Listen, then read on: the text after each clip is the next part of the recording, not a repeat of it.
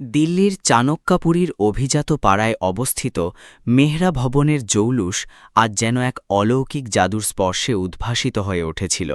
মনে হচ্ছিল রামধনুর সমস্ত উজ্জ্বল রঙগুলো যেন এই বিশাল আঙিনায় নেমে এসে এক অপূর্ব বর্ণময় উৎসবে সৃষ্টি করেছে।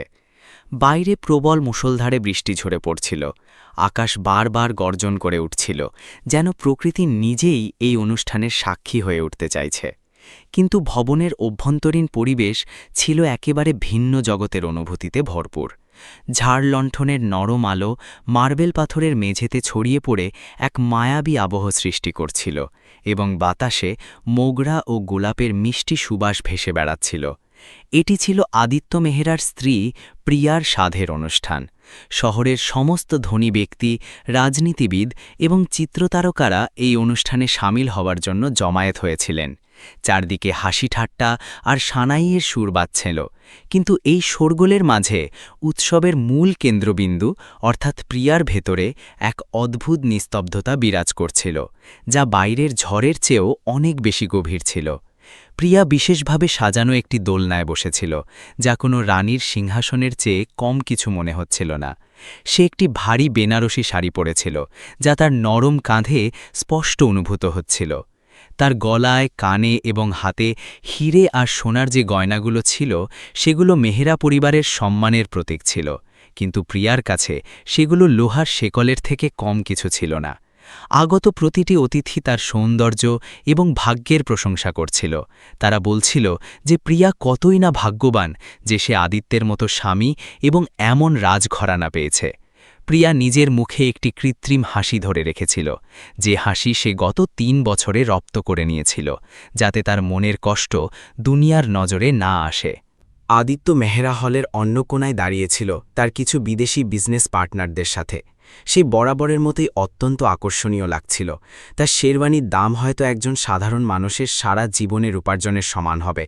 সে হাতে ওয়াইনের গ্লাস ধরেছিল এবং বেশ আত্মবিশ্বাসের সাথে কথা বলছিল, কিন্তু তার নজর একবারের জন্য প্রিয়ার দিকে ফেরেনি। তার কাছে এই অনুষ্ঠানটি ছিল স্রেফ একটি জনসংযোগের আয়োজন, এমন একটি সুযোগ যেখানে সে নিজের সাফল্য এবং পারিবারিক সচ্ছলতার প্রদর্শন করতে পারে। তার এইটুকুও উপলব্ধি ছিল না যে তার স্ত্রী, যে তার সন্তানের মা হতে চলেছে, এই ভিড়ের মধ্যে নিজেকে কতটা একা এবং অবহেলিত অনুভব করছে। আদিত্যের কাছে ভালোবাসার মানে ছিল দামি উপহার এবং সুযোগ সুবিধা, আর সে প্রিয়াকে সেই সব কিছুই দিয়েছিল যা টাকা দিয়ে কেনা সম্ভব। ঠিক তখনই হলে আদিত্যের মা শকুন্তলা দেবীর প্রবেশ হল। তার চালচলনে এমন এক আভিজাত্য ছিল যে আশেপাশের মানুষরা আপনা আপনি পিছিয়ে গেল। তিনি নিজের দামি শাড়ি সামলাতে সামলাতে অতিথিদের অভিবাদন জানালেন এবং সরাসরি প্রিয়ার কাছে পৌঁছলেন। তার চোখে মমতা ছিল না, বরং বংশের চিন্তা ফুটে উঠছিল। তিনি প্রিয়ার কপালে টিপ পরালেন এবং উঁচু গলায় আশীর্বাদ দিলেন যাতে আশেপাশের মানুষ শুনতে পায়। তিনি বললেন যে ঈশ্বর যেন মেহরা বংশকে এমন এক প্রদীপ দেন যে তার বাবার মতোই এই সাম্রাজ্যকে এগিয়ে নিয়ে যাবে। তার শব্দের মধ্যে কোথাও প্রিয়ার স্বাস্থ্য বা তার খুশির কামনা ছিল না, ছিল শুধু একজন উত্তরাধিকারীর চাহিদা। প্রিয়া নিচু হয়ে তার পা ছুঁল, কিন্তু তার মনে হলো যেন সে কোনো পাথর স্পর্শ করছে। শকুন্তলা দেবী পাশে দাঁড়িয়ে থাকা এক মহিলার সাথে কথা বলতে শুরু করলেন, যিনি প্রিয়ার সাধারণ বাপের বাড়ির সম্পর্কে জানতে চাইছিলেন। শকুন্তলা দেবী উপহাসের হাসির সাথে বললেন যে প্রিয়া ছোট শহর থেকে এলেও এবং তার পরিবারের মর্যাদা মেহরা পরিবারের সমান না হলেও সে এখন এই ঘরের বউ, তাই তার আগের জীবন আর কোনো গুরুত্ব রাখে না। প্রিয়ার মন ভেঙে গেল। এটি প্রথমবার ছিল না যখন তার শাশুড়ি পরোক্ষভাবে তার বাবা মায়ের দারিদ্র্য এবং সরলতাকে নিয়ে মজা ওড়ালেন। প্রিয়ার তার বাবার মুখ মনে পড়ে গেল, যিনি নিজের সারা জীবনের সঞ্চয় মেয়ের বিয়েতে লাগিয়ে দিয়েছিলেন যাতে সে এই বাড়িতে সম্মান পায়। কিন্তু এখানে সম্মানের বদলে ছিল শুধু প্রদর্শন আর অহংকার।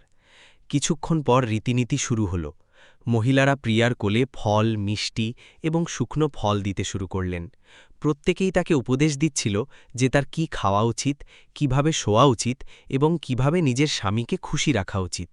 প্রিয়ার নজর ভিড়ের মধ্যে আদিত্যকে খুঁজছিল। তার তৃষ্ণা পেয়েছিল এবং পিঠে হালকা ব্যথাও হচ্ছিল। সে চাইছিল আদিত্য তার পাশে আসুক, তার হাত ধরুক এবং জিজ্ঞাসা করুক যে সে ঠিক আছে কিনা। কিন্তু আদিত্য তখনও নিজের মোবাইল ফোনে ব্যস্ত ছিল। হয়তো কোনো জরুরি ডিল চলছিল বা শেয়ার বাজারের ওঠানামা ছিল, যা তার কাছে নিজের স্ত্রী ও অনাগত সন্তানের চেয়েও বেশি গুরুত্বপূর্ণ ছিল। প্রিয়া এক চাকরকে ইশারায় জল আনতে বলল, কারণ তার গলা শুকিয়ে আসছিল। যখন ফটোগ্রাফার ছবি তোলার জন্য এলো, তখন আদিত্য প্রিয়ার কাছে এলো। ক্যামেরার সামনে আসতেই আদিত্যের মুখের ভাব পুরোপুরি বদলে গেল। সে প্রিয়ার কাঁধে হাত রাখল এবং একজন আদর্শ স্বামীর মতো হাসল। সে প্রিয়ার কানের কাছে ফিসফিস করে বলল যে সে যেন আর একটু খুশি দেখায়, কারণ এই ছবিগুলো কালকের খবরের কাগজের পেজ 3-তে ছাপা হবে। প্রিয়া তার দিকে তাকালো। তার চোখে অনেক প্রশ্ন ছিল, অভিযোগ ছিল, কিন্তু আদিত্য ক্যামেরার ফ্ল্যাশের চমকে সেই চোখের জল দেখতে পেল না, যা প্রিয়ার চোখের কোণে জমা হচ্ছিল। ফটো তোলা শেষ হতেই আদিত্যের হাত তার কাঁধ থেকে সরে গেল এবং সে আবার নিজের জগতে ফিরে গেল, যেন তার কাজ শেষ হয়ে গেছে। অনুষ্ঠানের মাঝে এক মুহূর্ত এলো যখন প্রিয়ার মাথা ঘুরতে শুরু করল। ভারী পোশাক আর ভিড়ের গুমোট গরমে তার দম আটকে আসছিল। সে টলমল করে উঠল এবং পাশে থাকা একটি সোফার সাহায্য নিল। আশেপাশের কিছু মহিলা তাকে ধরলেন এবং জল খাওয়ালেন। আওয়াজ শুনে আদিত্য ঘুরে তাকালো, কিন্তু সে দৌড়ে এলো না। সে নিজের জায়গায় দাঁড়িয়ে রইল এবং ভুরু কুঁচকে পরিস্থিতি বোঝার চেষ্টা করল। যখন সে দেখল পরিস্থিতি নিয়ন্ত্রণে এবং প্রিয়া বসে আছে, তখন সে স্বস্তির নিঃশ্বাস ফেলল। কিন্তু সে তার কাছে গেল না। তার মা শকুন্তলা দেবী প্রিয়াকে বকাঝকা করে বললেন যে তার নিজের যত্ন নেওয়া উচিত, কারণ বাচ্চার যদি কিছু হয় তবে তিনি কখনো ক্ষমা করবেন না। কেউ জিজ্ঞাসা করল না যে প্রিয়া তুমি কেমন আছো। সবার চিন্তা ছিল শুধু সেই অনাগত শিশুটিকে নিয়ে, যে মেহেরা সাম্রাজ্যের উত্তরাধিকারী ছিল। রাত বাড়ার সাথে সাথে অতিথিরা চলে যেতে শুরু করলেন। চাকর এবং ওয়েটাররা পরিষ্কার পরিচ্ছন্নতার কাজে লেগে গেল। সেই জাঁকজমকপূর্ণ হল, যা কিছুক্ষণ আগে হাসি আর গলায় গুঞ্জরিত হচ্ছিল, এখন জনশূন্য এবং ভয়ঙ্কর লাগছিল। প্রিয়া নিজের ভারী পায়ে হাঁটতে হাঁটতে তার ঘরের দিকে এগিয়ে গেল। সিঁড়ি দিয়ে ওঠার সময় তার মনে হচ্ছিল সে যেন কোনো পাহাড়ে চড়ছে। আদিত্য তখনও নিচে লনে কারো সাথে ফোনে চিৎকার করে কথা বলছিল, হয়তো কোনো কর্মচারীর ভুল নিয়ে তাকে বকা দিচ্ছিল। প্রিয়া নিজের দরজা বন্ধ করল এবং প্রথমবার সে স্বস্তির নিঃশ্বাস ফেলল। এই ঘরের 4 দেওয়ালের মধ্যে তাকে কারো সামনে হাসার নাটক করতে হতো না। সে আয়নার সামনে দাঁড়িয়ে নিজেকে দেখল। আয়নায় এমন এক নারী ছিল যে দুনিয়ার নজরে সবকিছু পেয়েও ভেতর থেকে পুরোপুরি শূন্য হয়ে গিয়েছিল। সে ধীরে ধীরে নিজের গয়নাগুলো খুলতে শুরু করল।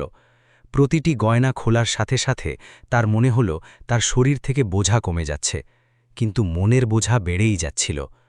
যখন সে মঙ্গলসূত্রটি খুলল, তখন তার আঙুলগুলো কেঁপে উঠল। এই সুতো, যাকে পবিত্র বন্ধন মনে করা হয়, তার কাছে এখন তার শিকলের মতো হয়ে গিয়েছিল। তখনই আদিত্য ঘরে এলো। তাকে ক্লান্ত দেখাচ্ছিল, কিন্তু তার মুখে এক বিজয়ের সন্তোষ ছিল।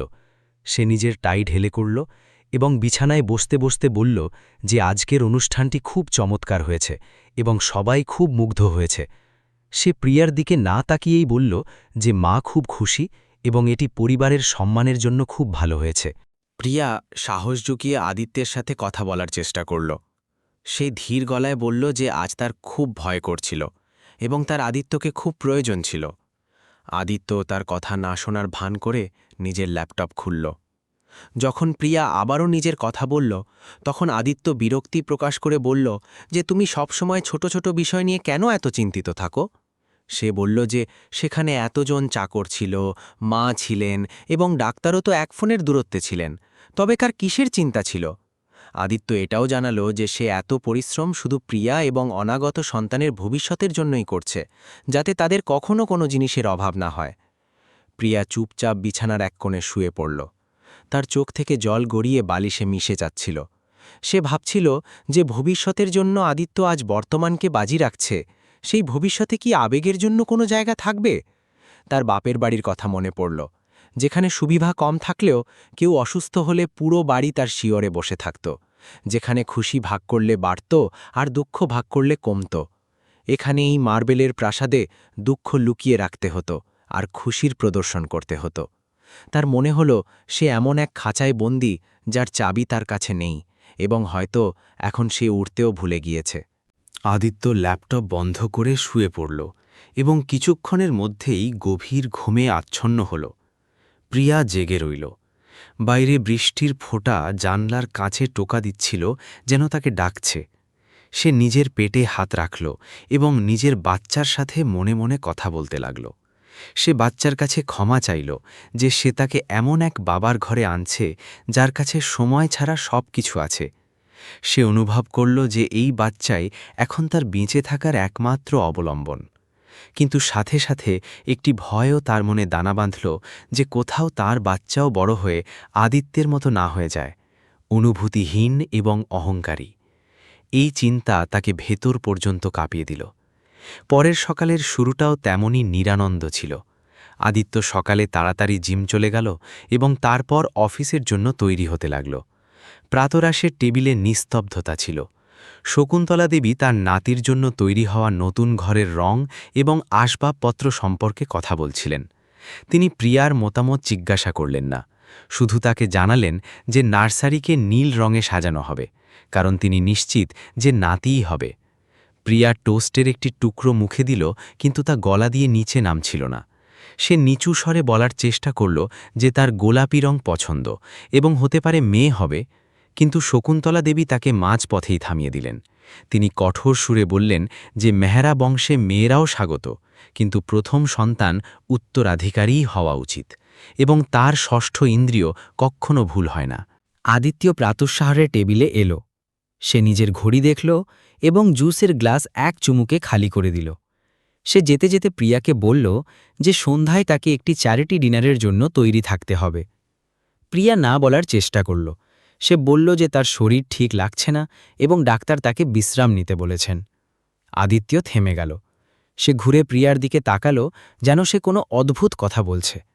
সে বলল যে এই ডিনারটি খুব গুরুত্বপূর্ণ এবং সেখানে শহরের মেয়লও আসতে চলেছেন, তাই প্রিয়ার সেখানে থাকা জরুরি। সে এই বলে কথা শেষ করল যে সে গাড়ি পাঠিয়ে দেবে এবং কোনো অজুহাত শুনতে চায় না। প্রিয়া জানলার পাশে দাঁড়িয়ে আদিত্যের গাড়িকে গেট দিয়ে বাইরে যেতে দেখতে থাকল। সেই লোহার বড় গেট, যা নিরাপত্তার জন্য ছিল, তার কাছে কারা ফটকের মতো মনে হচ্ছিল। সে ভাবল তার সারা জীবন কি এভাবেই নির্দেশের পালন করে কাটবে? তার ইচ্ছে, তার শরীর, তার আবেগের কি কোনো মূল্য নেই? সে নিজের ঘরে গিয়ে আলমারি খুলল। সেখানে সারিবদ্ধভাবে দামি শাড়ি আর ডিজাইনার পোশাক ছিল, কিন্তু তার নজর সেই পুরনো স্যুটকেসের উপর পড়ল, যা সে বিয়ের সময় সাথে করে নিয়ে এসেছিল। সেই স্যুটকেসে তার কিছু পুরনো বই, হাতে বোনা সোয়েটার আর ছোটবেলার স্মৃতি ছিল। সে অনেকক্ষণ সেই স্যুটকেসটির দিকে তাকিয়ে রইল। দুপুরের সময় বাড়িতে নিস্তব্ধতা ছিল। শকুন্তলা দেবী নিজের সৎসঙ্গমণ্ডলীর সাথে ব্যস্ত ছিলেন। প্রিয়া বাড়ির লাইব্রেরিতে গেল। সেখানে হাজার হাজার বই ছিল, কিন্তু সেগুলোর কোনোটিই হয়তো কখনো খোলা হয়নি। সে একটি বই তুলে পড়ার চেষ্টা করল, কিন্তু মন বসাতে পারল না। তার মন বারবার গতরাতের ঘটনা আর সকালের কথাবার্তায় ফিরে যাচ্ছিল। সে উপলব্ধি করছিল যে এই ঘর, এই সম্পদ, এই আভিজাত্য সব কিছুই এক ছলনা। সে এখানটার মালকিন নয়, বরং একজন কয়েদি, যাকে সব সুবিধা দেওয়া হচ্ছে যাতে সে পালানোর কথা না ভাবে। কিন্তু খাঁচা সোনার হলেও তা খাঁচাই থাকে। বিকেলে যখন বিউটিশিয়ান তাকে সাজাতে এলো, তখন প্রিয়ার মন বিদ্রোহ করছিল। সে সাজগোজের আড়ালে নিজের মুখ লুকাতে চাইছিল না। বিউটিশিয়ান যখন তার চুলে স্প্রে দিচ্ছিল, তখন প্রিয়ার কাশি শুরু হলো। তার শ্বাস নিতে কষ্ট হচ্ছিল, কিন্তু কেউ খেয়াল করল না। বিউটিশিয়ানের নজর ছিল শুধু এই দিকে যে প্রিয়ার মেকআপ তার ড্রেসের সাথে ম্যাচ করছে কিনা। তৈরি হওয়ার পর যখন সে আয়নায় দেখল, তখন নিজের প্রতিচ্ছবি দেখেই তার ভয় লাগতে শুরু করল। এটি সেই প্রিয়া ছিল না যে বৃষ্টিতে ভিজতে ভালোবাসত। এটি ছিল মিসেস আদিত্য মেহরা, একটি প্রাণহীন পুতুল, যাকে দুনিয়ার সামনে প্রদর্শনের জন্য রাখা হয়েছে। ড্রাইভার জানালো যে গাড়ি তৈরি। প্রিয়া ভারী মনে নিচে নামল। শকুন্তলা দেবী হলে বসে টিভি দেখছিলেন। তিনি প্রিয়াকে আপাদমস্তক দেখলেন এবং মাথা নাড়লেন, যেন কোনো বস্তুর গুণমান যাচাই করছেন। তিনি বললেন যে তাকে ঠিক দেখাচ্ছে, শুধু আরেকটু হাসা উচিত। প্রিয়া কোনো জবাব না দিয়ে সদর দরজার দিকে পা বাড়াল। বাইরে তখনও বৃষ্টি হচ্ছিল। হালকা ঝিরঝিরে বৃষ্টির ফোঁটা পড়ছিল। গাড়ির দরজা খোলা ছিল এবং ভেতরের শীতাতপ নিয়ন্ত্রিত পরিবেশ তাকে আমন্ত্রণ জানাচ্ছিল। কিন্তু এক মুহূর্তের জন্য প্রিয়া থামল। সে আকাশের দিকে তাকাল। কালো মেঘের মাঝে কোথাও আলোর কোনো রেখা ছিল না, ঠিক তার জীবনের মতো। গাড়িতে বসতেই আদিত্যের মেসেজ এলো, যেখানে লেখা ছিল যে সে যেন সময় মতো পৌঁছায় এবং কোনো বিশৃঙ্খলা না করে। প্রিয়া ফোন বন্ধ করে দিল এবং জানলা দিয়ে কলকাতার ছুটন্ত রাস্তা দেখতে লাগল। রাস্তায় মানুষ ভিড় ছিল, ট্রাফিক জ্যাম ছিল, শোরগোল ছিল, কিন্তু প্রিয়া সেই মানুষদের মধ্যে এক অদ্ভুত স্বাধীনতা দেখতে পেল যা তার কাছে ছিল না। একজন গরিব মহিলা ফুটপাথে নিজের সন্তানকে প্লাস্টিকের নিচে ঘেকে বৃষ্টি থেকে বাঁচাচ্ছিল এবং তাকে নিজের শুকনো রুটি খাওয়াচ্ছিল। সেই দৃশ্য প্রিয়ার মনকে নাড়িয়ে দিল। সেই মহিলার মাথার ওপর ছাদ ছিল না, কিন্তু তার কাছে নিজের সন্তানের জন্য সময় এবং ভালোবাসা ছিল। আর এখানে প্রিয়ার কাছে প্রাসাদের মতো ছাদ ছিল, কিন্তু আত্মা কাঁপছিল। পার্টিতে পৌঁছে সেই পুরনো নাটক শুরু হলো, সেই একই মিথ্যে হাসি, একই অন্তঃসারশূন্য প্রশংসা। আদিত্য তার হাত ধরল, কিন্তু সেই স্পর্শে কোনো উষ্ণতা ছিল না, ছিল শুধু অধিকার। মানুষ আদিত্যকে অভিনন্দন জানাচ্ছিল যে তার ব্যবসা দিন দিন উন্নতি করছে। আদিত্য গর্বে ভুলে উঠছিল। প্রিয়া তার পাশে দাঁড়িয়ে একজন নীরব দর্শক ছিল। মাঝে মাঝেই তার বমি ভাব হচ্ছিল, কিন্তু সে ওয়াশরুমে গিয়ে নিজেকে সামলে নিয়ে আবার এসে দাঁড়িয়ে পড়ছিল। তার মনে হচ্ছিল সে ধীরে ধীরে মরে যাচ্ছে এবং কারও কোনো খবর নেই। এই উপলব্ধি তাকে ভেতর থেকে ভেঙে দিচ্ছিল যে যার জন্য সে নিজের সব কিছু ছেড়ে দিল, সে তার নীরব চিৎকার শুনতে অক্ষম। ফেরার পথে গাড়িতে নিস্তব্ধতা ছিল। আদিত্য নিজের পিআর টিমের সাথে ফোনে কথা বলছিল যে আজকের পার্টির কাভারেজ কেমন হলো। সে একবারের জন্যেও প্রিয়াকে জিজ্ঞাসা করল না যে সে খাবার খেয়েছে কিনা। বাড়ি পৌঁছে আদিত্য সরাসরি নিজের স্টাডি রুমে চলে গেল। প্রিয়া নিজের ঘরে এলো। সে জুতো খুলে ঠান্ডা মেঝের ওপর খালি পায়ে দাঁড়াল।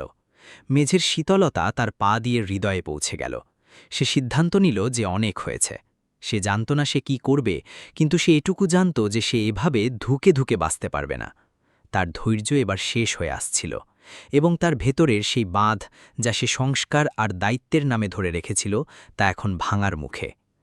এই নিস্তব্ধতা কোনো বড় ঝড়ের সংকেত ছিল, এমন এক ঝড় যা মেহরা ভবনের ভিত্তি নাড়িয়ে দেওয়ার মতো ছিল।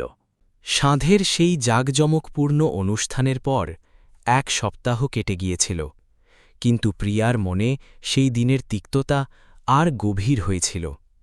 মেহরা ভবনে জীবন তার পুরনো যান্ত্রিক গতিতে চলছিল, যেখানে ঘড়ির কাঁটা আবেগ দিয়ে নয়, বরং লাভ ও লোকসানের হিসাব দিয়ে চলত। প্রিয়ার স্বাস্থ্য গত কয়েকদিন ধরে ক্রমাগত খারাপ হচ্ছিল। ডক্টর শর্মা তাকে পূর্ণ বিশ্রামের পরামর্শ দিয়েছিলেন এবং যে কোনো ধরনের মানসিক চাপ থেকে দূরে থাকতে বলেছিলেন। কিন্তু এই বাড়ির বাতাসে যেন বিষাক্ত চাপ মিশেছিল। সকালে উঠে যখন সে আয়নায় নিজের মুখ দেখত, তখন চোখের নিচে কালো দাগ আর গালে ফ্যাকাশে ভাব স্পষ্ট দেখতে পেত। এই ফ্যাকাশে ভাব শুধু শারীরিক দুর্বলতার ছিল না, ছিল সেই আত্মিক ক্ষয়ের, যা সে প্রতি মুহূর্তে অনুভব করছিল। আদিত্য নিজের ব্যবসার দুনিয়ায় আরও বেশি ব্যস্ত হয়ে গিয়েছিল, যেন সেই দিনের পার্টির পর তার দায়িত্ব দ্বিগুণ হয়ে গেছে। সে গভীর রাতে বাড়ি আসত এবং সূর্য ওঠার আগেই চলে যেত। প্রিয়ার নিস্তব্ধতাকে সে তার সম্মতি বলে ধরে নিয়েছিল। সেই দিন দুপুরের সময় ছিল এবং বাইরে মুষলধারে বৃষ্টি হচ্ছিল, যা দেখে মনে হচ্ছিল পুরো শহর জলে ডুবে গেছে। বাড়ির ভেতরে এসির ঠান্ডা হাওয়া পরিবেশকে আরও নিষ্ঠুর করে তুলেছিল। প্রিয়ার খুব অস্বস্তি হচ্ছিল, মাথা ঘুরছিল এবং শরীর ভারী লাগছিল। তা সত্ত্বেও যখন সে জানতে পারল শকুন্তলা দেবীর কিছু বিশেষ আত্মীয় দেখা করতে এসেছেন, তখন সে নিজের বউ হওয়ার দায়িত্ব পালন করার জন্য নিচে নেমে এল। এই পরিবারের ঐতিহ্য ছিল যে বাড়ির বউই অতিথিদের চা খাবার পরিবেশন করবে, তা বাড়িতে চাকরদের বাহিনী থাকলেও। প্রিয়া কাঁপতে থাকা হাতে রূপোর ভারী ট্রেটি তুলে নিল। তার পা টলছিল এবং চোখের সামনে অন্ধকার ঘনিয়ে আসছিল। সে যখন ড্রয়িং রুমের মাঝখানে পৌঁছল, তার মনে হলো পায়ের তলা থেকে মাটি সরে যাচ্ছে। এক তীব্র ঝনঝনানির সাথে ট্রেটি তার হাত থেকে পড়ে গেল এবং সে জ্ঞান হারিয়ে মেঝের ওপর লুটিয়ে পড়ল। কাপডিশ ভাঙার শব্দ এবং গরম চা মেঝেতে ছড়িয়ে পড়ায় সেখানে হুড়োহুড়ি পড়ে গেল। যখন প্রিয়ার জ্ঞান ফিরল, সে নিজেকে নিজের বিছানায় দেখতে পেল। তার শিয়রে পারিবারিক চিকিৎসক ডক্টর শর্মা দাঁড়িয়েছিলেন এবং তার রক্তচাপ পরীক্ষা করছিলেন। ঘরের অন্য কোণে শকুন্তলা দেবী দাঁড়িয়েছিলেন, যার মুখে চিন্তার রেখা ছিল ঠিকই, কিন্তু তা প্রিয়ার জন্য নয়, বরং কার্পেটের উপর চায়ের দাগ এবং অতিথিদের সামনে হওয়া অপমানের জন্য ছিল। ড শর্মা নিজের স্টেথোস্কোপ গুটিয়ে গম্ভীর স্বরে বললেন যে প্রিয়ার খুব বেশি মানসিক চাপ রয়েছে এবং তার রক্তচাপ বিপজ্জনকভাবে কমে গেছে। তিনি সতর্ক করলেন যে যদি এমনটাই চলতে থাকে তবে গর্ভস্থ শিশুর জন্য বিপদ হতে পারে। শকুন্তলা দেবী ডাক্তারের কথা গায়ে না মেখে বিরক্তি প্রকাশ করে বললেন যে আজকালকার মেয়েদের মধ্যে সহ্য শক্তি বলে কিছু নেই। তিনি খোঁচা দিয়ে বললেন যে আমাদের সময় মহিলারা মাঠে কাজ করত আর বাচ্চা জন্ম দিত, আর এখানে প্রাসাদে থেকেও এরা এত ন্যাকামি করে। প্রিয়া নিজের চোখ বন্ধ করে নিল। সে তার শাশুড়ির এই বিধিয়ে বলা কথার উত্তর দেবার মতো অবস্থায় ছিল না। তখনই বেডরুমের দরজা সজোরে খুলে গেল এবং আদিত্য ঝড়ের মতো ঘরে এলো। তার মুখে ঘাম ছিল এবং চোখে মুখে ভয়ঙ্কর রাগ ফুটে উঠছিল।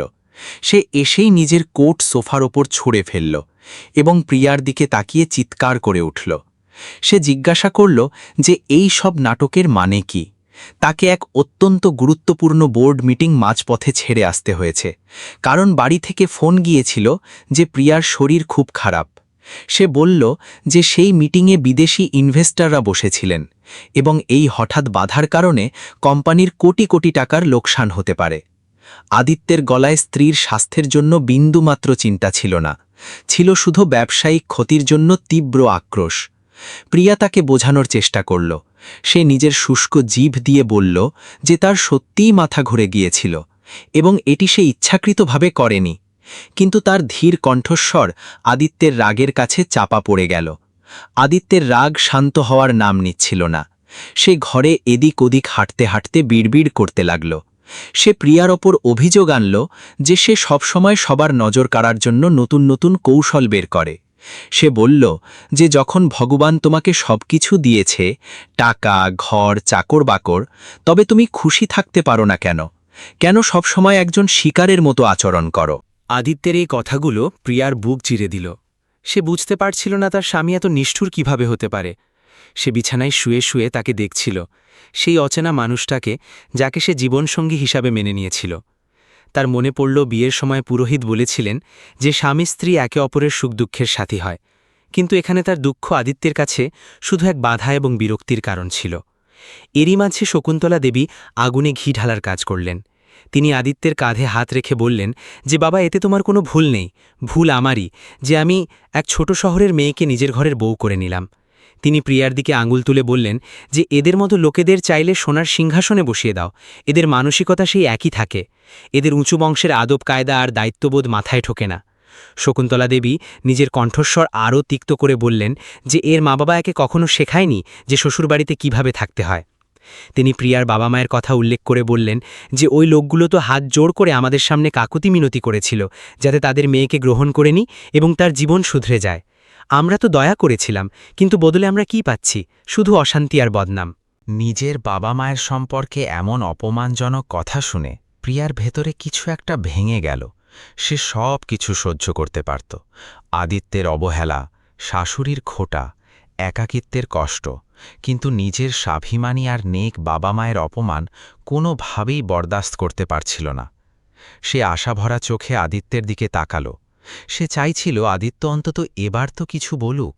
সে চাইছিল আদিত্য তার মাকে থামিয়ে দিক এবং বলুক যে ব্যাস, অনেক হয়েছে, আমার স্ত্রীর বাবা মায়ের সম্পর্কে এমন কথা বলবেন না। কিন্তু আদিত্য চুপ থাকল।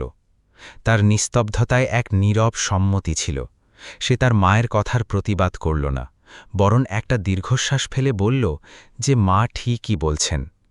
সে প্রিয়ার চোখের দিকে তাকিয়ে বলল যে তোমার সত্যি বড় হওয়া দরকার প্রিয়া, তোমাকে শিখতে হবে মেহেরা পরিবারের বউ হওয়ার মানে কি। আমার মা এই পরিবারের জন্য যে ত্যাগ স্বীকার করেছেন তার থেকে কিছু শেখো। ছোটখাটো বিষয়ে অসুস্থ হয়ে পড়া আর তামাশা করা বন্ধ করো। ওই মুহূর্তটি প্রিয়ার জন্য প্রলয়ঙ্কারী ছিল। আদিত্যের ওই শব্দগুলো চাবুকের মতো তার আত্মায় গিয়ে লাগল। যে মুহূর্তে আদিত্য তার মায়ের ভুল আচরণের সমর্থন করল, সেই মুহূর্তেই প্রিয়ার হৃদয়ে তার জন্য বেঁচে থাকা অবশিষ্ট প্রেম আর সম্মানটুকু মরে গেল। তার হঠাৎ উপলব্ধি হল যে সে এই আলিশান ঘরে, এই রেশমি বিছানায় একদম একা। এটা তার ঘর নয়, এটা ওই লোকেদের ঘর যারা আবেগকে দুর্বলতা আর নিষ্ঠুরতাকে শক্তি মনে করে। তার চোখ দিয়ে জল পড়া বন্ধ হয়ে গেল। এক অদ্ভুত ভয়ঙ্কর শান্তি তার ভেতরে নেমে এলো। এটা সেই শান্তি যা কোনো বড় ঝড়ের আগে আসে। সে অনুভব করল যে এখন কাঁদার, কাকতি মিনতি করার বা বোঝানোর আর কোনো মানে নেই। যেখানে সম্মান নেই, সেখানে সম্পর্কের কোনো যৌক্তিকতা থাকে না। ডাক্তার আর শকুন্তলা দেবী ঘর থেকে বেরিয়ে যাওয়ার পর আদিত্য এই বলে চলে গেল যে তাকে অফিসে ফিরতে হবে এবং যে ক্ষতি হয়েছে তা পূরণ করতে হবে।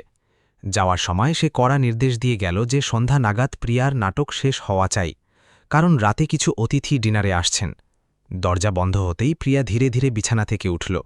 তার পায়ে তখনও দুর্বলতা ছিল, কিন্তু তার সংকল্প এখন পাথরের মতো শক্ত হয়ে গিয়েছিল। সে ঘরের চারদিকে একবার চোখ বোলাল। দেওয়ালে টাঙানো দামি পেইন্টিং, বিদেশি ঝাড় লণ্ঠন, মখমলের পর্দা, সবকিছু তাকে ব্যঙ্গ করছে বলে মনে হল। সে অনুভব করল যে এই প্রাণহীন জিনিসগুলোর দাম এই বাড়িতে একজন জ্যান্ত মানুষের চেয়ে বেশি। সে নিজের আলমারির দিকে পা বাড়াল। আলমারি খুলতেই ডিজাইনার শাড়ি আর গয়নার চমক তার চোখে বিঁধতে লাগল। কিন্তু আজ প্রিয়ার হাত ওগুলোর দিকে গেল না। সে আলমারির একদম নিচের অন্ধকার কোণ থেকে সেই পুরনো ধুলো জমা সুটকেসটা বের করল, যা সে নিজের বাপের বাড়ি থেকে এনেছিল। এটা সেই সুটকেস যা দেখে শকুন্তলা দেবী বিয়ের প্রথম দিন নাক কুঁচকেছিলেন এবং ওটা স্টোর রুমে ফেলার নির্দেশ দিয়েছিলেন। প্রিয়া ওটা পরিষ্কার করল আর বিছানায় রাখল। তার মুখে তখন কোনো ভাব ছিল না, না রাগ, না দুঃখ, শুধু এক শূন্যতা। সে নিজের কিছু সুতির শাড়ি যা সে বাড়িতে পরার জন্য এনেছিল সেগুলো গুছিয়ে সুটকেসে রাখতে শুরু করল। সে ওই সব দামি পোশাক ওখানেই ছেড়ে দিল যা আদিত্য তাকে স্টেটাস সিম্বল হিসেবে কিনে দিয়েছিল। সে ড্রয়ার থেকে নিজের মায়ের দেওয়া একটি ছোট রামায়ণ আর তার বাবার ছবি বের করল। ছবিতে তার বাবার সেই শান্ত হাসি ছিল যা তাকে সবসময় সাহস দিত। ওই ছবিটা বুকের সাথে জড়িয়ে ধরতেই তার গলা বুঝে এলো, কিন্তু সে নিজেকে কাঁদতে থেকে আটকে নিল।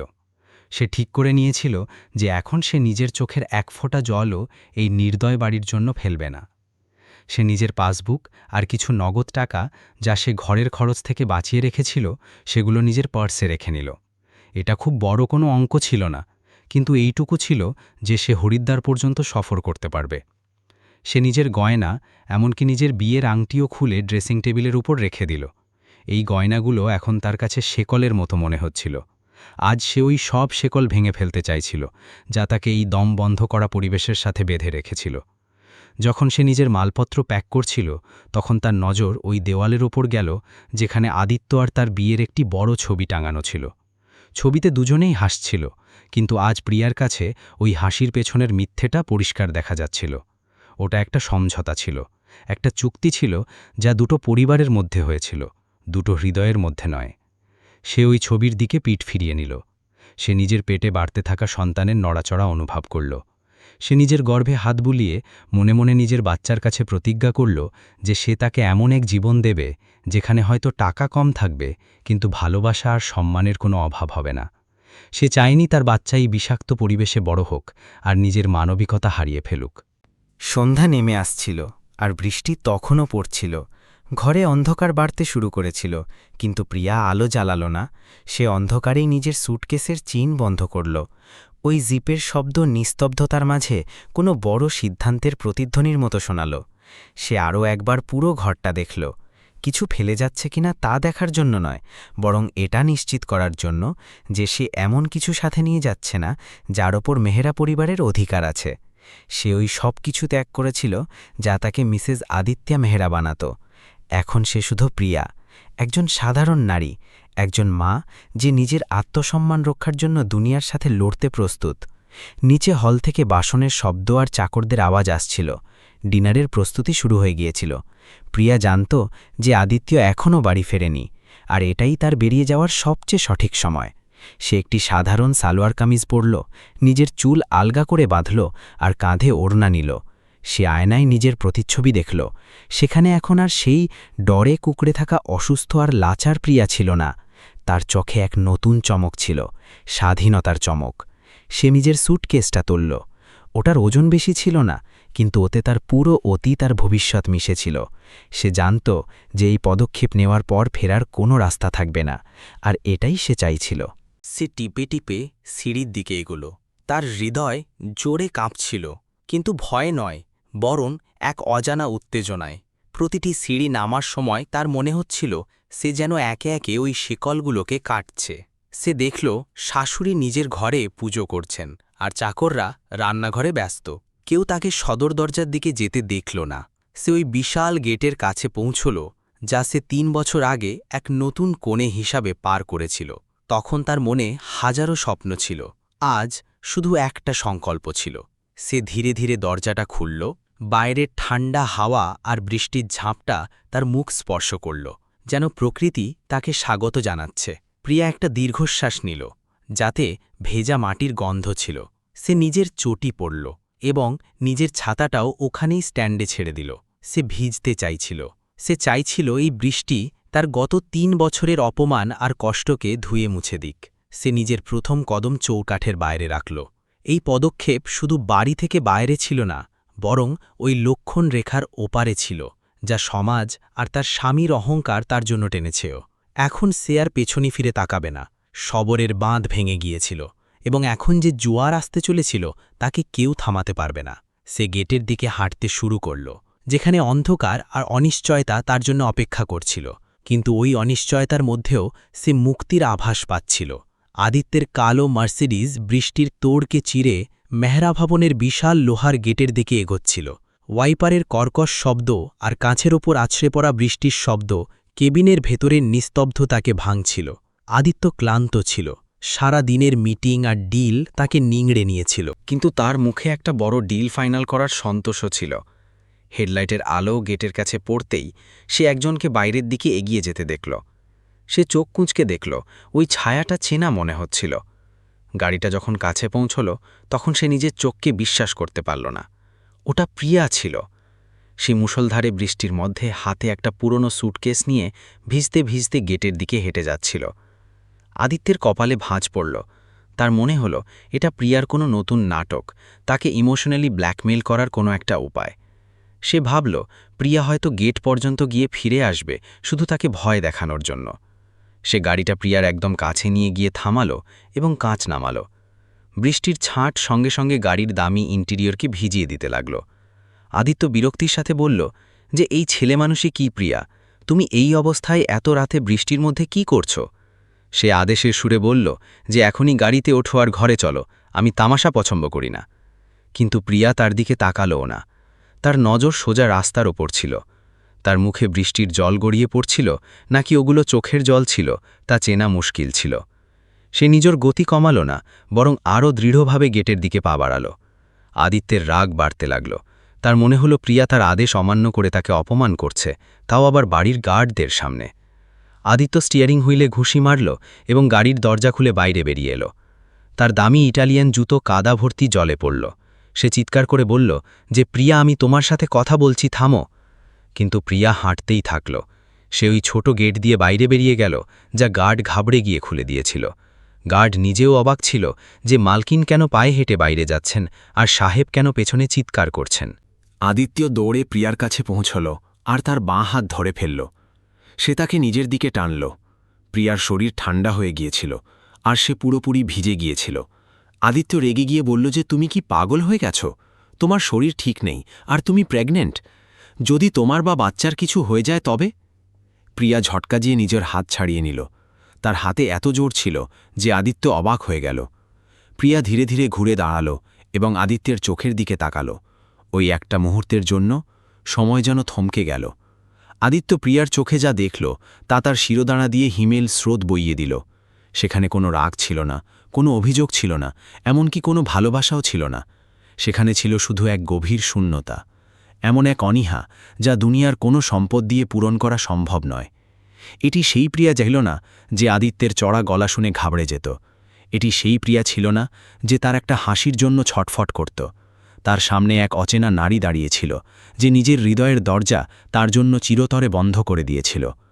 প্রিয়া কোনো কথা না বলে শুধু নিজের দৃষ্টি দিয়েই তাকে বুঝিয়ে দিল যে এখন অনেক দেরি হয়ে গেছে। আদিত্যের অহংকার ওই এক নজরেই ডগমগ করে উঠল। সে প্রথমবার নিজের মনে এক অদ্ভুত ভয় অনুভব করল। সে নিজের গলা নরম করার চেষ্টা করে বলল যে, দেখো প্রিয়া, তোমার যদি কোনো অভিযোগ থাকে তবে আমরা ঘরে গিয়ে কথা বলতে পারি। মা কি কিছু বলেছে, নাকি আমি তোমাকে সময় দিতে পারছি না? আমি কথা দিচ্ছি, আমি সব ঠিক করে দেব, চলো ঘরে ফিরে যাই। কিন্তু প্রিয়া নেতিবাচকভাবে মাথা নাড়ল। তার নিস্তব্ধতা আদিত্যের শব্দের চেয়েও অনেক বেশি জোরালো ছিল। রাস্তায় নিস্তব্ধতা ছিল, শুধু বৃষ্টির শব্দ পাওয়া যাচ্ছিল। আদিত্য নিজের অসহায়ত্ব অনুভব করতে শুরু করল। সে এমন এক মানুষ ছিল যে নিজের আঙুলের ইশারায় বাজারের গতিপথ বদলে দিতে পারত, কিন্তু আজ সে নিজের স্ত্রীকে এক কদম পেছনে ফেরাতে অক্ষম ছিল। ঠিক তখনই রাস্তার ওপারে একটা হলুদ আলো দেখা গেল। একটা খালি অটোরিকশা বৃষ্টির মধ্যে ধীরে ধীরে আসছিল। চাণক্যপুরীর মতো এলাকায় অটো পাওয়া মুশকিল ছিল, কিন্তু হয়তো ভাগ্য আজ প্রিয়ার সাথে ছিল।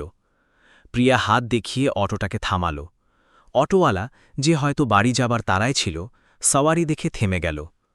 আদিত্য বিশ্বাস করতে পারছিল না যে তার স্ত্রী, মেহরা বংশের বউ, একটা ভাঙাচোরা অটোতে করে যাবে। সে প্রিয়ার রাস্তা আটকানোর চেষ্টা করল।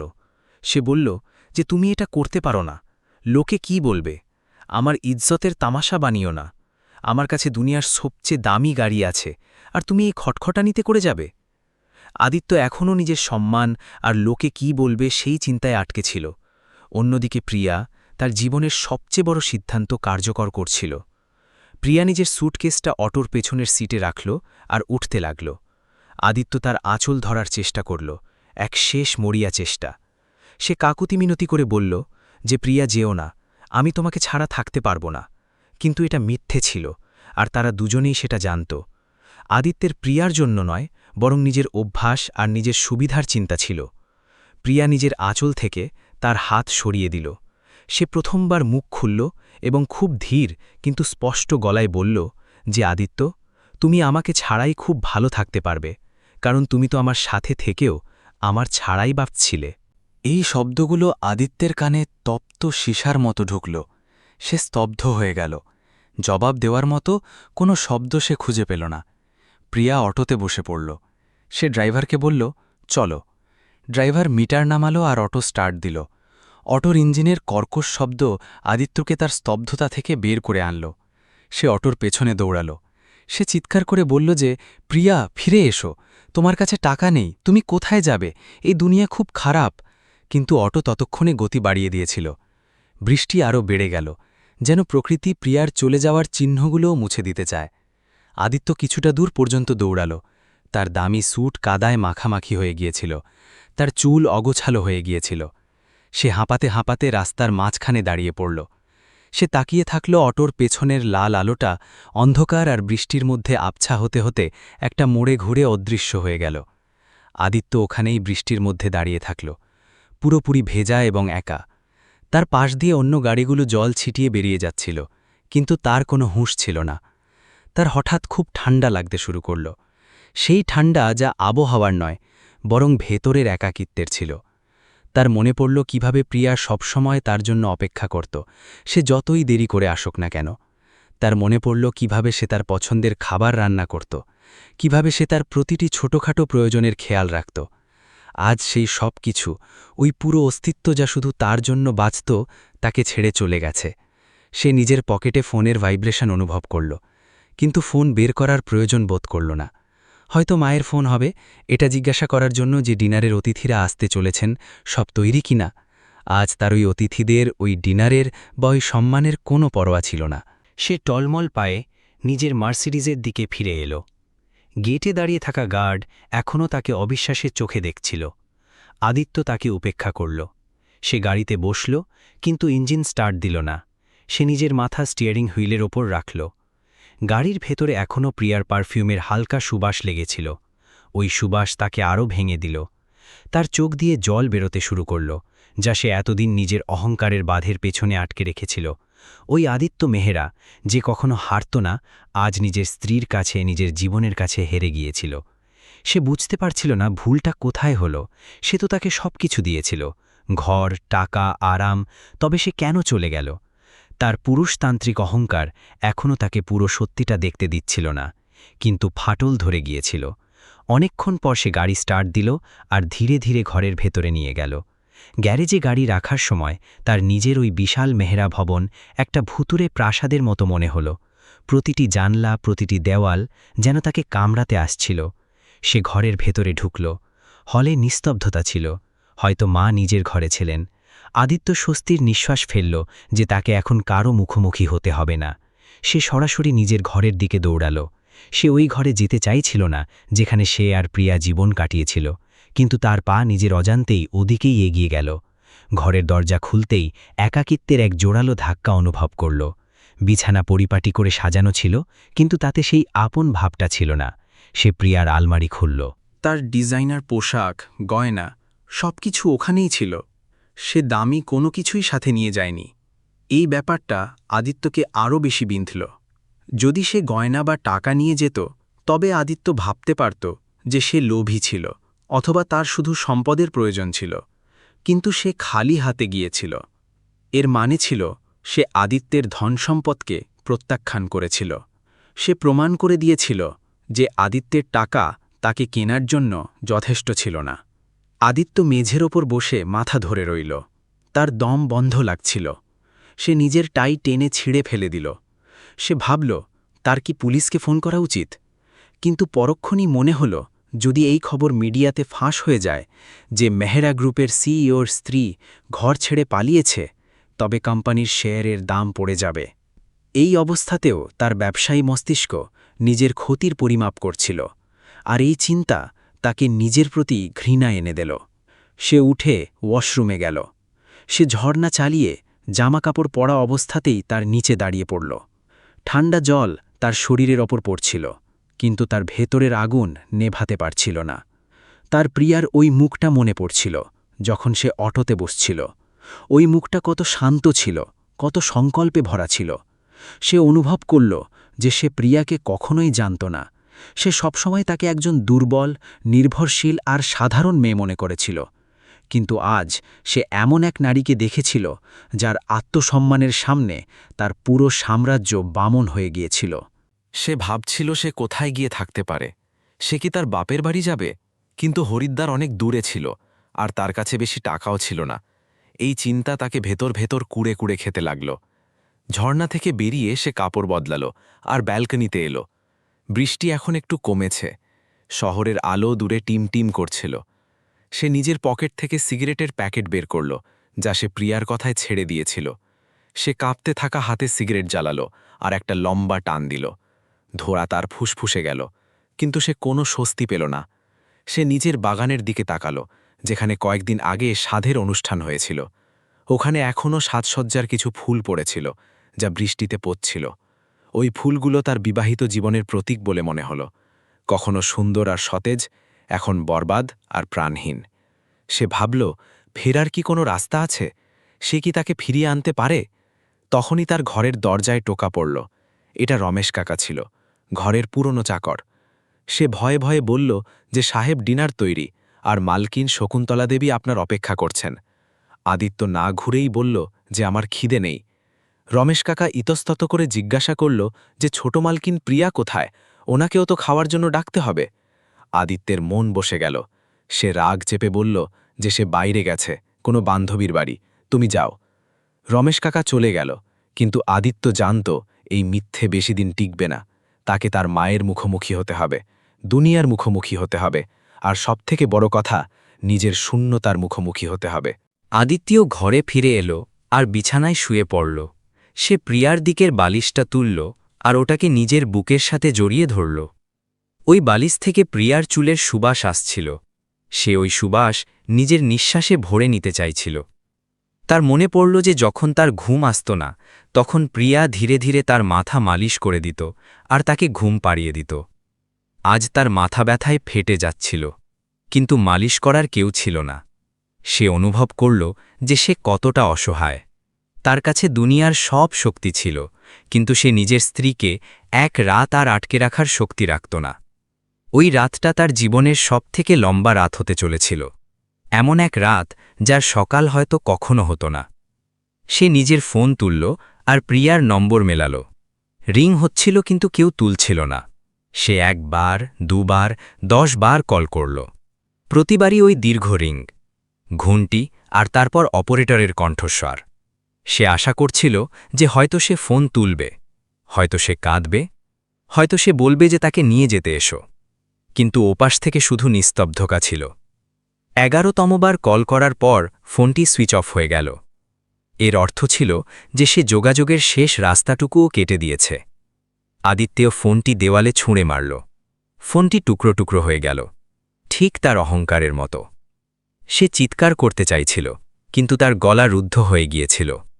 ওই অন্ধকার ঘরে আদিত্য মেহরা প্রথমবার নিজের করা কাজের জন্য, আর তার চেয়েও বেশি যা সে করেনি, তার জন্য অনুতাপ করছিল। সে সেই মুহূর্তগুলোকে মনে করছিল যখন প্রিয়া তার সাথে কথা বলার চেষ্টা করেছিল আর সে তাকে অবহেলা করেছিল। সে সেই চোখের জলগুলোকে মনে করছিল যেগুলোকে সে নাটক বলেছিল। এখন সে বুঝতে পারছিল যে ওই চোখের জল জল ছিল না, বরং তার সম্পর্কের রক্ত ছিল, যা ধীরে ধীরে বইছিল, আর আজ সেই সম্পর্কটি পুরোপুরি মরে গিয়েছিল। বাইরে তুফান থেমে গিয়েছিল, কিন্তু আদিত্যের ভেতরে এক অনুশোচনার তুফান উথলে উঠছিল, যা তাকে আগামী অনেক দিন পর্যন্ত ঘুমাতে দিত না। সে তখনও জানত না যে এটা তো কেবল শুরু, আর নিয়তি তার জন্য আরও কঠিন পরীক্ষা লিখে রেখেছে। পরদিন সকালে যখন আদিত্যের চোখ খুলল, তখন ঘরে এমন এক নিস্তব্ধতা ছড়িয়েছিল যা কানে তালা লাগিয়ে দিচ্ছিল। জানলা দিয়ে রোদ আসছিল, কিন্তু সেই রোদ প্রাণহীন আর ঠান্ডা লাগছিল। বিছানার অন্য ধারের চাদর একদম সমান ছিল, যাতে কোনো ভাঁজ ছিল না, আর এই শূন্যতা তাকে কামড়াতে আসছিল। আদিত্য অভ্যাসবশত নিজের হাত সেই দিকে বাড়াল যেখানে প্রিয়া ঘুমত, কিন্তু তার আঙুলগুলো শুধু ঠান্ডা গদি স্পর্শ করল। তার এক ঝটকায় গতরাতের সব ঘটনা মনে পড়ে গেল, বৃষ্টি, ওই অটোরিকশা, আর প্রিয়ার সেই শেষ মর্মভেদী দৃষ্টি। তার মাথা ভারী হয়ে আসছিল আর চোখ জ্বলছিল। সে বিছানা থেকে উঠল আর দেখল যে ঘরের প্রতিটি জিনিস নিজের জায়গায় আছে, কিন্তু ওই জায়গার প্রাণ উধাও হয়ে গিয়েছিল।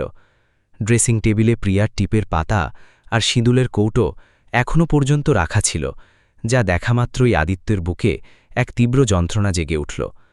সে টলমল পায়ে বাথরুমের দিকে গেল, কিন্তু সেখানেও প্রিয়ার উপস্থিতির চিহ্ন ছিল। তার তোয়ালে, তার টুথব্রাশ, তার সুগন্ধি তেলের শিশি, সবকিছু তাকে ব্যঙ্গ করছিল। আদিত্য আয়নায় নিজের মুখ দেখল। তার চোখের নিচে গভীর কালো দাগ পড়েছিল, আর গালে দাড়ি গজিয়ে গিয়েছিল। তাকে সেই আত্মবিশ্বাসে ভরা বিজনেস টাইকুন মনে হচ্ছিল না, বরং এক পরাজিত মানুষ মনে হচ্ছিল। সে মুষ্টিবদ্ধ হাত আয়নায় মারল, যাতে তাতে ফাটল ধরে গেল।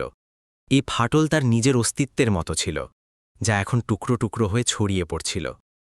সে তাড়াতাড়ি স্নান করল আর পোশাক বদলে নিল, এই ভেবে যে হয়তো কাজে ডুবে গেলে সেই খালি ভাব থেকে বাঁচতে পারবে। কিন্তু সে ভুল ছিল। কষ্ট কোনো পোশাক নয় যাকে খুলে ছুঁড়ে ফেলা যায়, ওটা তো এখন তার চামড়ার অংশ হয়ে গিয়েছিল। প্রাতরাশের টেবিলে পরিবেশ কোনো শোক সভার মতো ছিল। রমেশ কাকা চুপচাপ থালা সাজালেন, তার চোখে জল ছিল। তিনি প্রিয়াকে নিজের মেয়ের মতো মানতেন, আর ঘরের এই হাল তাকে ভেঙে দিয়েছিল। শকুন্তলা দেবী নিজের চেয়ারে বসেছিলেন, কিন্তু তার মুখে কোনো চিন্তার রেখা ছিল না।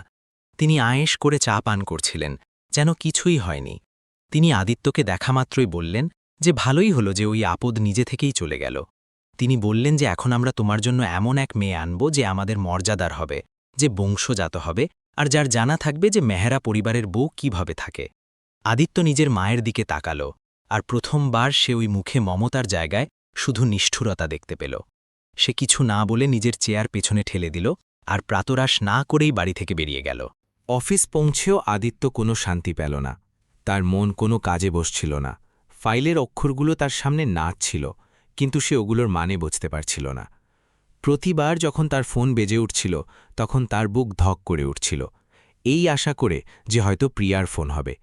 কিন্তু প্রতিবারই ওটা কোনো বিজনেস কল বা পিআর টিমের মেসেজ হতো। দুপুর গড়াতে গড়াতে সে খবর পেল যে যেই বিদেশি ডিলের জন্য সে প্রিয়ার শরীর খারাপকে অবহেলা করেছিল, সেই ডিলটি বাতিল হয়ে গেছে। বিনিয়োগকারীরা জানতে পেরেছিল যে কোম্পানির সিইওর ব্যক্তিগত জীবনে তোলপাড় চলছে, আর তাদের আদিত্যের মানসিক স্থিতির উপর ভরসা থাকল না। এটা আদিত্যের জন্য এক বড় ধাক্কা ছিল। যেই ধনসম্পদ আর খ্যাতির জন্য সে নিজের ভালোবাসাকে বাজি রেখেছিল, আজ সেই সম্পদই তার হাত থেকে বালির মতো পিছলে যাচ্ছিল। কর্মের চক্র এখন ঘুরতে শুরু করে দিয়েছিল। সন্ধ্যায় বাড়ি ফেরার সময় তার মন ভারী ছিল। সে সরাসরি নিজের ঘরে গেল আর প্রিয়ার আলমারির সামনে বসে পড়ল। সে সেখানে প্রিয়ার এক পুরনো ডায়েরি পেল, যা পোশাকের নিচে চাপা পড়েছিল। এটা এক সাধারণ ডায়েরি ছিল, যার ওপর ফুলের নকশা করা ছিল। আদিত্য কাঁপতে থাকা হাতে ওটা খুলল। প্রথম পাতায় প্রিয়ার সুন্দর হাতের লেখায় লেখা ছিল, আমার অনাগত সন্তানের জন্য। আদিত্যের শ্বাস আটকে গেল। সে পাতা উল্টাতে শুরু করল। তাতে কোনো বড় ঘটনার উল্লেখ ছিল না, ছিল ছোটখাটো সব কথা। প্রিয়া লিখেছিল যে কিভাবে তার ফুচকা খাওয়ার ইচ্ছে হয়েছিল, কিন্তু আদিত্য বারণ করে দিয়েছিল, কারণ ওটা রাস্তার খাবার ছিল।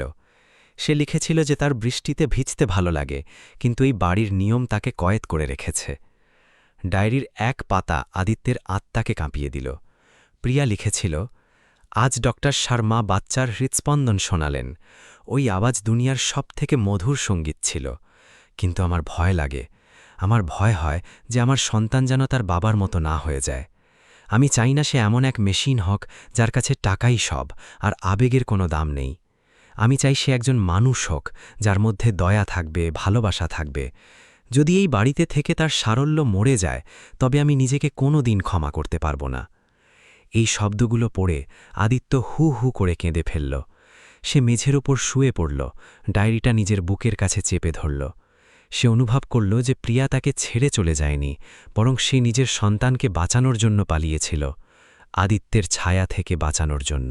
সেই রাতে যখন সে নিচে এলো, তখন শকুন্তলা দেবী ডিনার টেবিলে তার জন্য অপেক্ষা করছিলেন। তিনি আদিত্যের মনমরা মুখ দেখে বললেন যে, তুমি এখনও এই মেয়েটার কথা ভাবছ? আরে ও তো এক অপয়া ছিল, দেখো ও চলে যেতেই ঘরে কত শান্তি হয়েছে।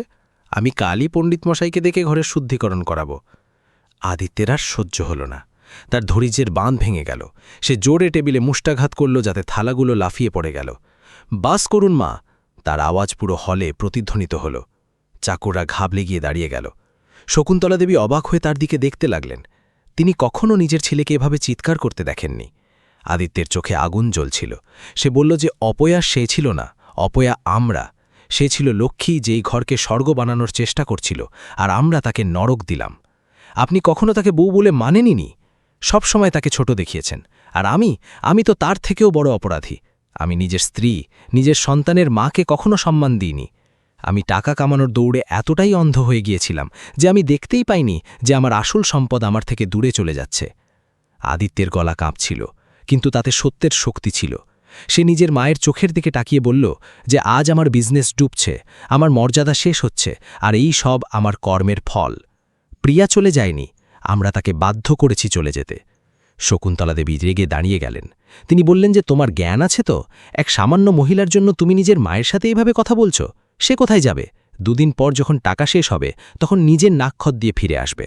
আদিত্য তিক্তভাবে হাসল। সে বলল যে আপনি তাকে এখনও চিনতে পারেননি। সে মরে যাবে, কিন্তু ফিরে আসবে না। আর যদি সে ফিরে না আসে, তবে আমিও এই বাড়িতে থাকতে পারব না।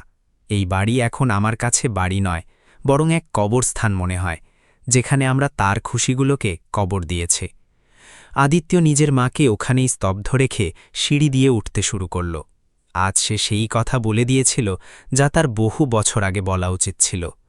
ঘরে এসে সে নিজের দামি স্যুট খুলে ছুঁড়ে ফেলল, আর এক সাধারণ কুর্তা পায়জামা পরল। সে নিজের ওয়ালেট, ক্রেডিট কার্ড আর চেকবই ড্রয়ারে রেখে দিল। সে একটা ছোট ব্যাগ নিল, আর তাতে মাত্র 2 জোড়া কাপড় আর প্রিয়ার ওই ডায়েরিটা রাখল। তার এখন টাকার নয়, বরং প্রায়শ্চিত্তের প্রয়োজন ছিল। সে নিজের পিএকে মেসেজ করল যে সে অনির্দিষ্টকালের জন্য ছুটিতে যাচ্ছে, আর কোম্পানির কাজ ভাইস প্রেসিডেন্ট সামলাবেন। সে জানত এতে কোম্পানির আরও ক্ষতি হবে, কিন্তু এখন তার তাতে কিছু যায় আসত না। তার শুধু একটি জিনিসের চিন্তা ছিল, প্রিয়া আর তার সন্তান। তাকে তাদের খুঁজতে হবে, তাদের ফিরিয়ে আনার জন্য নয়, বরং তাদের কাছে ক্ষমা চাওয়ার জন্য। আদিত্য জানত প্রিয়া কোথায় গিয়ে থাকবে। ডায়েরির শেষ পাতায় এক হালকা ইঙ্গিত ছিল, গঙ্গা মায়ের কোলই এখন আমার আশ্রয়, হরিদ্বার। সেই শহর যেখানে জীবন আর মৃত্যু একসাথে চলে, যেখানে প্রিয়ার শৈশব কেটেছিল, যাকে আদিত্য সবসময় সেকেলে আর নোংরা বলে মজা ওড়াত। আজ সেই শহরই তার শেষ ভরসা ছিল। সে নিজের মার্সিডিজের চাবি ওখানেই ফেলে দিয়ে আর পায়ে হেঁটেই বাড়ি থেকে বেরিয়ে গেল। বাইরে রাত গভীর ছিল, আর বাতাসে হিমেল ভাব ছিল। যখন সে রাস্তায় হাঁটছিল, তখন তার এক অদ্ভুত হালকা ভাব অনুভব হচ্ছিল। সে নিজের অহংকারের পোশাক খুলে ফেলেছিল, আর এখন সে শুধু এক স্বামী ছিল যে নিজের স্ত্রীকে খুঁজতে বেরিয়েছিল। সে রেলওয়ে স্টেশনের জন্য একটা অটো নিল। সেই অটো যাতে প্রিয়া চড়ে গিয়েছিল। অটোর সিটে বসে সে প্রিয়ার উপস্থিতি অনুভব করল। স্টেশনে ভিড় ছিল, শোরগোল ছিল, নোংরা ছিল, যাকে সে সবসময় ঘৃণা করত, কিন্তু আজ সেগুলোর মাঝেই তার আপন ভাব লাগছিল। সে জেনারেল বগির টিকিট নিল, কারণ পরের ট্রেনে কোনো রিজার্ভেশন ছিল না, আর সে এক মুহূর্ত অপেক্ষা করতে পারছিল না। ভিড়ে ঠাসা কামরায় যেখানে পা রাখারও জায়গা ছিল না, আদিত্য এক কোণে দাঁড়িয়ে পড়ল। তার দামি পোশাক আর ব্যক্তিত্ব লোকেদের কাছে অদ্ভুত লাগছিল, কিন্তু সে নিজের চোখ বন্ধ করে নিল। ট্রেনের ছুকছুক আওয়াজে সে প্রিয়ার নাম শুনতে পাচ্ছিল। সফর লম্বা আর কষ্টদায়ক ছিল, কিন্তু আদিত্যের কাছে এটা এক তপস্যার মতো ছিল। প্রতিটি ধাক্কা, প্রতিটি ঘামের ফোঁটা তার কাছে তার পাপের প্রায়শ্চিত্ত মনে হচ্ছিল। সে ভাবছিল যে প্রিয়া কিভাবে এই সফর পার করেছে। সে অন্তঃসত্ত্বা ছিল, একা ছিল, আর মনে এতটা বড় বোঝা নিয়েছিল। এই চিন্তা তাকে ভেতর থেকে ভেঙে দিল। সে শপথ নিল যে যতক্ষণ না সে প্রিয়াকে খুঁজে পাবে, সে শান্তিতে বসবে না। তার জন্য যদি পুরো দুনিয়াও খুঁজতে হয়, যদি তাকে তার পুরো জীবন হরিদ্বারের ঘাটে কাটাতে হয়, সে করবে। ট্রেন জানলার বাইরের অন্ধকারকে চিরে এগিয়ে যাচ্ছিল, আর আদিত্য নিজের অতীতের অন্ধকার থেকে বেরিয়ে এক নতুন সকালের খোঁজে যাচ্ছিল।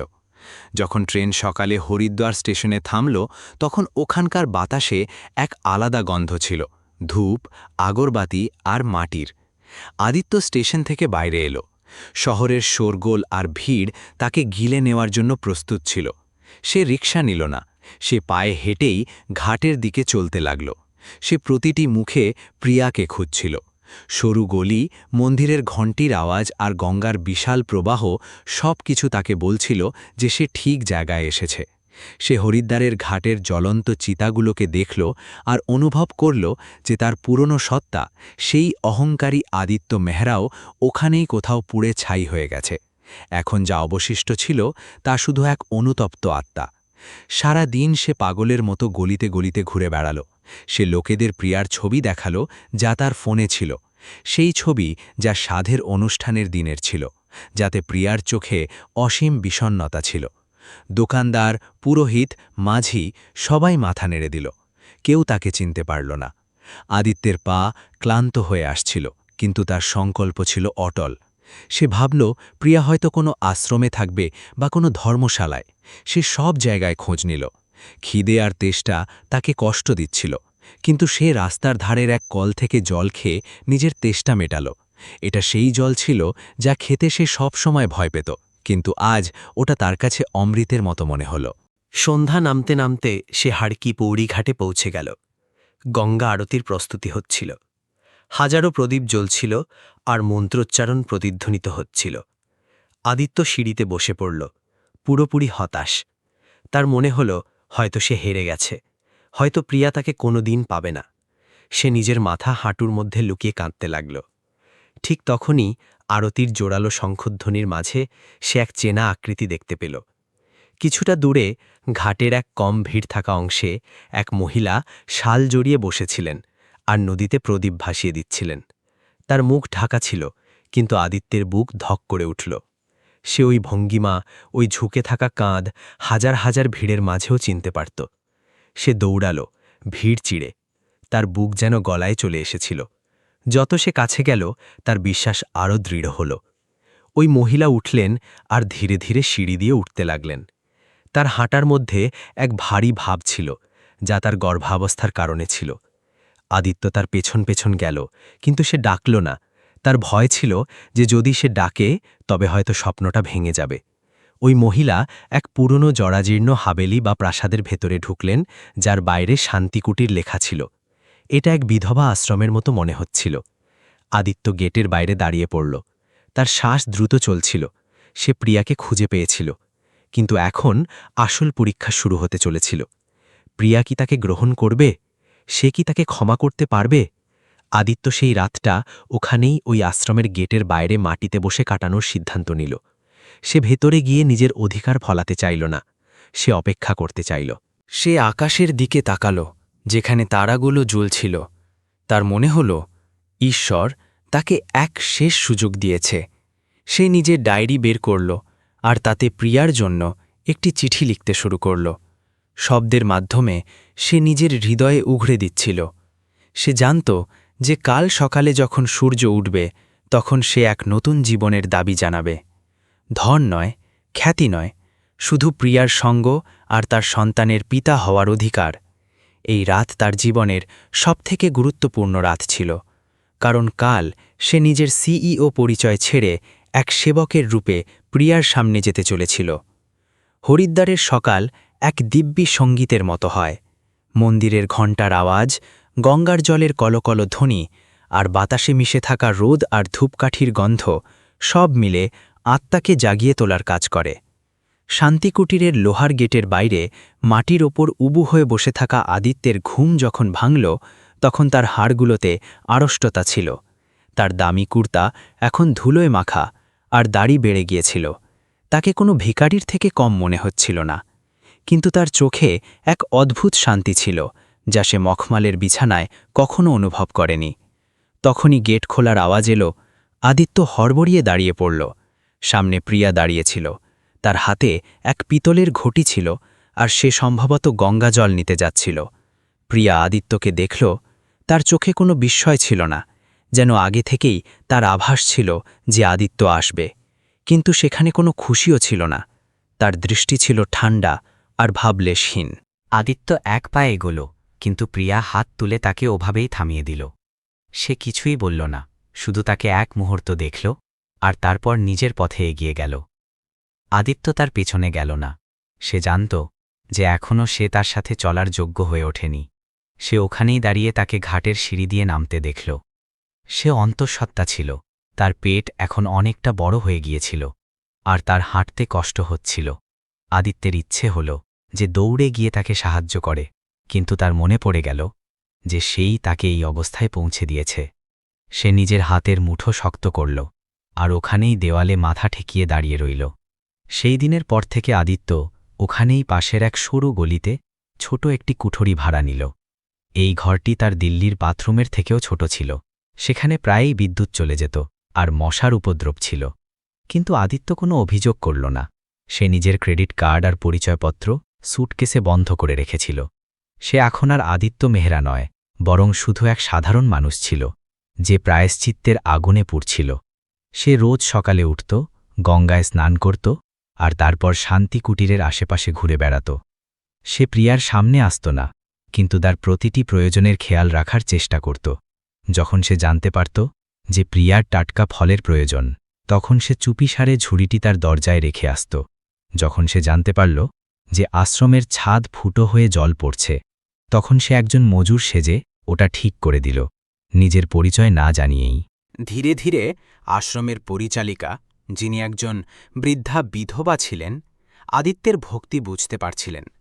শুরুতে তার মনে হয়েছিল যে সে কোনো বখাটে ছেলে, কিন্তু যখন তিনি দেখলেন যে এই লোক দিন রাত এক তপস্বীর মতো সেবা করছে, তখন তার মন গলে গেল।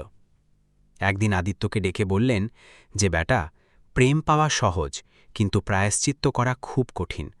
তুমি যা করছো তা সহজ নয়। প্রিয়া খুব আহত, তার ক্ষত শরীরের নয়, আত্মার। আদিত্য মাথা নিচু করে বলল যে, আমি জানি মাঝি, আমি এখানে তাকে ফিরিয়ে নিয়ে যেতে আসিনি। আমি তো শুধু এটা নিশ্চিত করতে এসেছি যে যখন আমার সন্তান এই পৃথিবীতে আসবে, তখন তাকে যেন এক মুহূর্তের জন্যেও এটা মনে না হয় যে তার বাবা তাকে ভুলে গিয়েছিল। প্রিয়া আমাকে কোনোদিন ক্ষমা না করলেও আমি আজীবন এভাবেই তার ছায়া হয়ে থাকব। হরিদ্বারের গলিগুলো আদিত্যকে তা শিখিয়ে দিল যা হার্ভার্ডের ডিগ্রি শেখাতে পারেনি। সে শিখল যে টাকার দাম কি হয়, যখন তাকে ঘাম ঝরানো কামাই দিয়ে রুটি কিনতে হলো। সে দেখল যে এখানে মানুষ মৃত্যুও উদযাপন করে, কারণ তারা জানে শরীর নশ্বর। হরিদ্বারের ঘাটে জ্বলন্ত চিতা দেখে তার অবশিষ্ট অহংকারও পুড়ে গেল। তার উপলব্ধি হল যে যেই মেহরা সাম্রাজ্য নিয়ে তার এত গর্ব ছিল, তা এক চিমটি ছাইয়ের সমানও নয়। আসল সম্পদ হল সেই শান্তি যা প্রিয়ার মুখে ছিল, তা সত্ত্বেও যে তার কাছে কিছুই ছিল না। আদিত্য প্রিয়ার ডায়েরিকে নিজের ধর্মগ্রন্থ বানিয়ে নিয়েছিল। সে রোজ ওটা পড়ত আর বোঝার চেষ্টা করত যে প্রিয়া সেই নিঃশব্দ বছরগুলোতে কি অনুভব করেছিল। এক সন্ধ্যায় আবহাওয়া হঠাৎ বদলে গেল। কালো মেঘ পুরো শহরকে ঘিরে ফেলল আর তীব্র ঝড় শুরু হল। এটি ঠিক সেই রাতের মতো ছিল যেমনটা দিল্লিতে সেই দিন ছিল যখন প্রিয়া বাড়ি ছেড়ে এসেছিল। আদিত্য নিজের কুঠুরিতে অস্থির ছিল, তার মন কোনো অমঙ্গলের আশঙ্কায় কাঁপছিল। তখনই আশ্রমের দিক থেকে শোরগোল শোনা গেল। আদিত্য চটি না পড়েই বৃষ্টির মধ্যে দৌড়ে গেল। যখন সে সেখানে পৌঁছল তখন দেখল আশ্রমে হাহাকার পড়ে গেছে। বৃদ্ধা পরিচালিকা বাইরে দাঁড়িয়ে চিৎকার করছিলেন। প্রিয়ার প্রসব বেদনা শুরু হয়ে গিয়েছিল, আর বৃষ্টির কারণে কোনো রিক্সা বা অ্যাম্বুলেন্স সেই সরু গলি পর্যন্ত আসতে পারছিল না। প্রিয়া যন্ত্রণায় গোঙাচ্ছিল, তার চিৎকার আদিত্যের হৃদয় চিরে দিচ্ছিল। আদিত্য এক মুহূর্তের জন্য থামল না। সে ভিজতে ভিজতে ভেতরে গেল। প্রিয়া মেঝের ওপর শুয়ে ছটপট করছিল। যেমনই সে আদিত্যকে দেখল, তার চোখে যে ভয় ছিল তা কিছুটা কমল। যন্ত্রণার সেই চরম মুহূর্তে সে নিজের সব রাগ ভুলে আদিত্যের দিকে হাত বাড়াল। আদিত্য তার হাত ধরে নিল।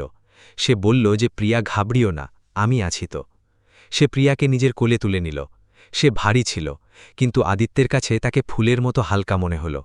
তার মনে হল যেন সে পুরো দুনিয়ার ভার তুলে নিয়েছে, আর এই ভার তাকে ক্লান্ত করছে না, বরং শক্তি দিচ্ছে। সে সেই মুষলধারে বৃষ্টির মধ্যে কাদা ভরা গলিগুলোতে প্রিয়াকে কোলে নিয়ে দৌড়াল। তার শ্বাস ফুলে উঠছিল, পা পিছলে যাচ্ছিল, কিন্তু সে নিজের বাঁধন আলগা হতে দেয়নি। সে জানত যে আজ যদি সে থেমে যায় তবে সে নিজের জীবন হেরে যাবে। সে দৌড়াতে দৌড়াতে পাশের একটি সরকারি হাসপাতালে পৌঁছল। এটি সেই 5 স্টার হাসপাতাল ছিল না যেখানে আদিত্য বুকিং করিয়েছিল, বরং এক সাধারণ জায়গা ছিল যেখানে ভিড় আর নোংরা ছিল। কিন্তু আদিত্যের কাছে সেই জায়গা কোনো মন্দিরের থেকে কম ছিল না। সে ডাক্তারদের উদ্দেশ্যে চিৎকার করে বলল যে, আমার স্ত্রীকে বাঁচিয়ে নিন। ডাক্তাররা প্রিয়াকে তৎক্ষণাৎ স্ট্রেচারে শুইয়ে লেবার রুমের দিকে নিয়ে গেলেন। দরজা বন্ধ হতেই আদিত্য ওখানেই মেঝের ওপর হাঁটু গেড়ে বসে পড়ল। তার জামা কাপড় রক্ত আর কাদায় মাখা ছিল। সে নিজের হাত জোড় করল, সেই হাত যা শুধু চেক সই করতে জানত, আজ ঈশ্বরের সামনে প্রসারিত ছিল। সে প্রার্থনা করল যে, হে ভগবান, আমার অংশের সব খুশি নিয়ে নাও, আমার সব কিছু নিয়ে নাও, কিন্তু প্রিয়া আর সন্তানকে সুস্থ রেখো। সে জীবনে প্রথমবার কাঁদল, একদম খাঁটি মনে, একটি শিশুর মতো। ঘণ্টার পর ঘণ্টা সময় যেন যুগের মতো কাটল। বাইরে তুফান থামার নাম নিচ্ছিল না। আদিত্যের দৃষ্টি লেবার রুমের দরজার দিকে স্থির ছিল। তার নিজের মায়ের কথা মনে পড়ল, যিনি সবসময় নাতির জন্য জেদ করতেন। নিজের পুরনো চিন্তাভাবনার উপর তার ঘৃণা হল। আজ তার কাছে ছেলে বা মেয়ে হওয়াতে কোনো তফাৎ ছিল না, তার শুধু একটি সুস্থ প্রাণ চাইছিল। তখনই একটি বাচ্চার কান্নার জোরালো আওয়াজ প্রতিধ্বনিত হল। সেই আওয়াজ বিদ্যুতের গর্জনের থেকেও বেশি তীব্র ছিল। আদিত্যের বুক ধক করে উঠল। কিছুক্ষণ পর দরজা খুলল আর এক নার্স বাইরে এলেন। তিনি হেসে বললেন যে, অভিনন্দন, লক্ষ্মী এসেছে, মেয়ে হয়েছে। আদিত্যের কানে এই শব্দগুলো মধুর মতো গুলল। মেয়ে? সে কাঁপতে থাকা হাতে নিজের মুখ ঢাকল আর ডুকরে কেঁদে উঠল। এগুলো খুশির জল ছিল। সে নার্সের পেছন পেছন ভেতরে গেল। ঘরে এক মৃদু আলো ছিল। প্রিয়া বিছানায় শুয়েছিল, ক্লান্ত, ফ্যাকাশে, কিন্তু তার মুখে এক অলৌকিক দীপ্তি ছিল। তার পাশে এক ছোট কাপড়ে জড়িয়ে থাকা এক একরত্তি প্রাণ ঘুমোচ্ছিল। আদিত্য ধীরে ধীরে তাদের কাছে গেল। তার ভয় লাগছিল যে কোথাও তার স্পর্শে সেই পবিত্রতা মলিন না হয়ে যায়। প্রিয়া চোখ খুলল আর আদিত্যকে দেখল। এইবার তার চোখে সেই শীতলতা ছিল না, বরং এক গভীর উপলব্ধি ছিল, এক নীরব স্বীকৃতি ছিল। সেই ইশারায় আদিত্যকে বাচ্চাটিকে দেখতে বলল। আদিত্য ঝুঁকে সেই ছোট্ট মেয়েটিকে দেখল। তার হাতের মুঠো বন্ধ ছিল আর সে গভীর ঘুমে আচ্ছন্ন ছিল। তাকে একদম প্রিয়ার মতো দেখাচ্ছিল। আদিত্য নিজের একটি আঙুল আলতো করে বাচ্চার হাতের তালুর ওপর রাখল। বাচ্চাটি ঘুমের মধ্যেই তার আঙুল চেপে ধরল। সেই ছোট্ট মুঠোয় এতটাই শক্তি ছিল যে আদিত্যের বেঁচে থাকা সব অহংকার পুরোপুরি চুরমার হয়ে গেল। সে ওখানেই প্রিয়ার পায়ের কাছে বসে পড়ল আর নিজের মাথা তার বিছানায় রাখল। সে ফুপিয়ে কেঁদে বলল যে, আমাকে ক্ষমা করে দাও প্রিয়া, আমি খুব খারাপ মানুষ ছিলাম।